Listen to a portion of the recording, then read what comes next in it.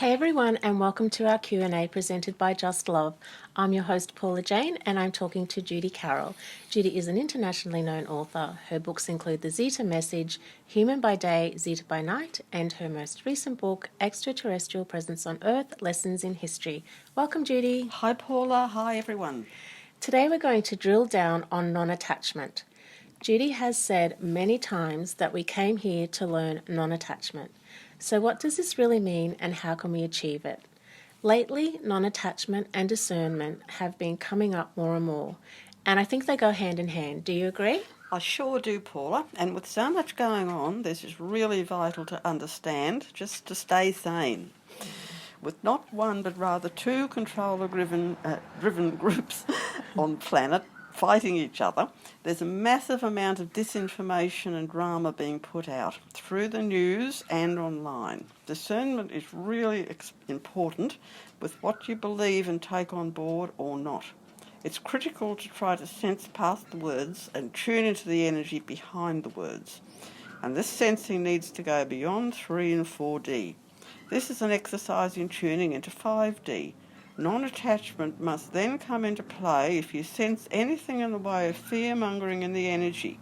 Drama and fear are being used by both controller groups at the moment.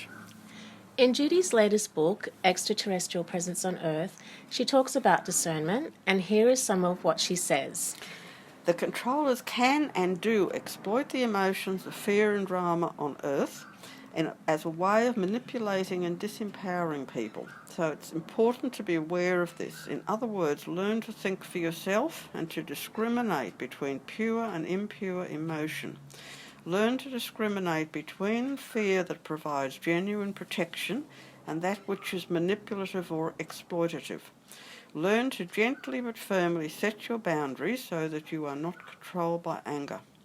And to add to that, one controller-driven group is posing as our saviours, and some of them do have the right intentions, but there are elements within this white hat group who feed off fear and drama, and use it to exert control and promote fear. They know how humans get pulled in by fear, drama and emotion, and they're exploiting this big time. Take everything you hear with a grain of salt and just keep bringing yourself back to centre and groundedness. Okay, so let's marry this up with what non-attachment actually means.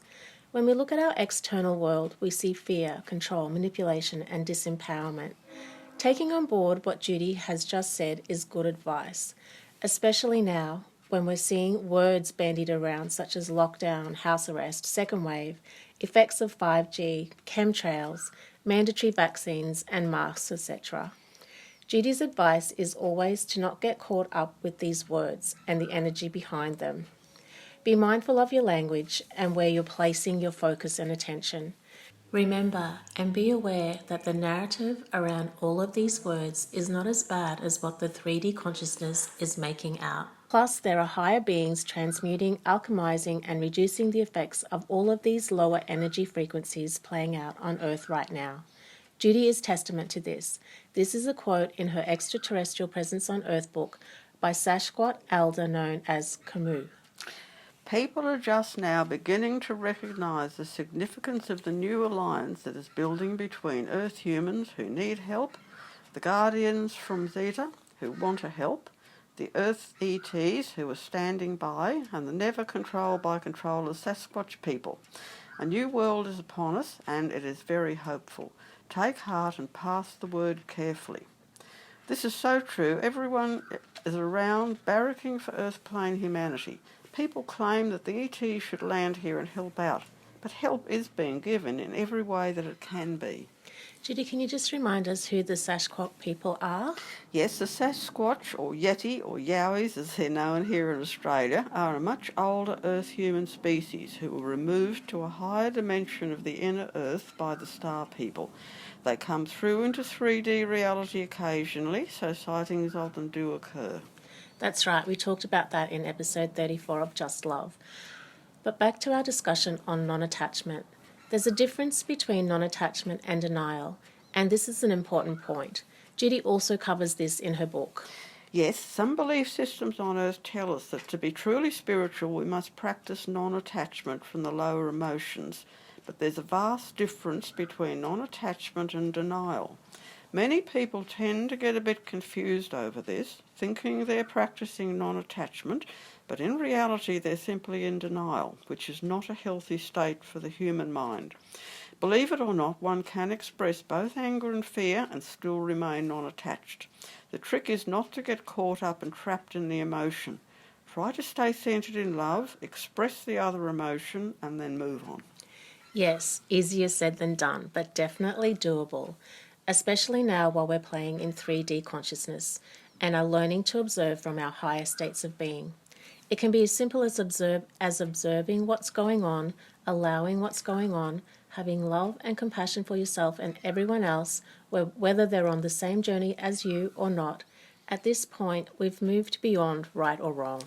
This is exactly how the higher ETs operate. I experienced this when looking at the bigger picture from the Greys' perspective. Of course, we feel frustrated and sad to see what's going on down here and how people are being tricked and exploited so badly, but this is part of the learning experience of being a human. It's happening as a catalyst to encourage Earth humans to learn to tune into high frequencies of reality so that they can see past all the outer illusion. And as you say, discernment of the energy field surrounding any being on or off planet is a big part of this. Oh, goodness, yes. There's just so much trickery, lies and disinformation being put out right now on Earth in seemingly ET and spiritual contact, conspiracy theories, some channel messages, etc. How can people sort out truth from fiction? How can we tell if the information we're being given is positive or negative? I once put this question to Maris, my Grey teacher, and his answer was, try to sense the energy behind the words, whether they are written or spoken, and ask yourself, is this message coming from love or fear? It's so important to practice discernment in your dealings with others, whether they're Earth human, ET, angelic, or whatever. It has nothing whatsoever to do with how the being looks or how beautiful their words sound. It's all about the energy behind the words and what you sense in their aura.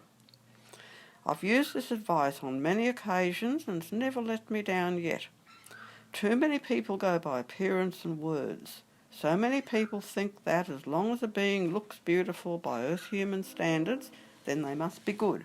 They must be angelic. But this is a myth. Think of the Nazi Aryan ideal. This trickery has been used by a number of cults that have emerged over the years, connected with so-called space brothers, ascended masters, etc. This is just more control or trickery shifted from traditional religions to New Age belief systems. Even many psychics can't seem to sense past this. The reason being they're still stuck in 4D. This is why we need to start opening up to our intuition to 5D. So this brings us back to what non-attachment really means and how we can achieve it. It requires practice, but it's mainly the ability to be discerning. Recognize what timeline we are participating in and remember that what we focus on, what we activate and perpetuate both personally and collectively. So be mindful of what timeline you're tuning into. Remember, it's a practice, so be gentle with yourself. And if you catch yourself playing in 3D consciousness, stop. Don't play in it. Don't argue. Let it go. Let it be. Hold your own truth and be comfortable with that. By doing that, we are transmuting the darkness. We are alchemizing 3D consciousness. That's how we do it, by looking at it and seeing it from a higher consciousness and not focusing too much energy into it. We are transmuting it into light. And as more and more people are waking up, there are more and more people holding a higher state of consciousness and shining light into the darkness. This will have the effect of bringing the lower frequency energies to the surface, and so it will appear in the external world that things have taken a turn for the worse. But it's just the darkness coming to the surface and to be cleared. It's a process, and it's playing out perfectly. And as you say in your book, Judy, an evolved human is consciously attuned to the energy of Source God and accepts the universe as a divinely unfolding plan rather than a haphazard event. There is nothing to fear except fear itself. When one can view life as everything is as it should be at the perfect time in the perfect place, fear and anger recede in prominence. Judy, can you tell us a little bit about Dolores Cannon's book, The Three Waves of Volunteers and the New Earth, and what that means for us aligning with your work? Yes, Dolores Cannon discovered through her hypnotherapy work that many off-planet people have been volunteering for lives down here on Earth since right back before World War II. I haven't read her books for some time, so I can't recall the details, but through the hypnosis sessions she conducted, 3 separate waves of volunteers have volunteered to be part of the mission of coming here to assist with the planetary shift from 4th to 5th world consciousness. I know that I and a number of others that I know personally are part of this. I came here in the 1950s, but some came in earlier and some more recently, so we cover a wide range of ages. So in other words, there are people here in their 80s and maybe even 90s who would be part of this volunteer brigade. That is so beautiful and comforting to know.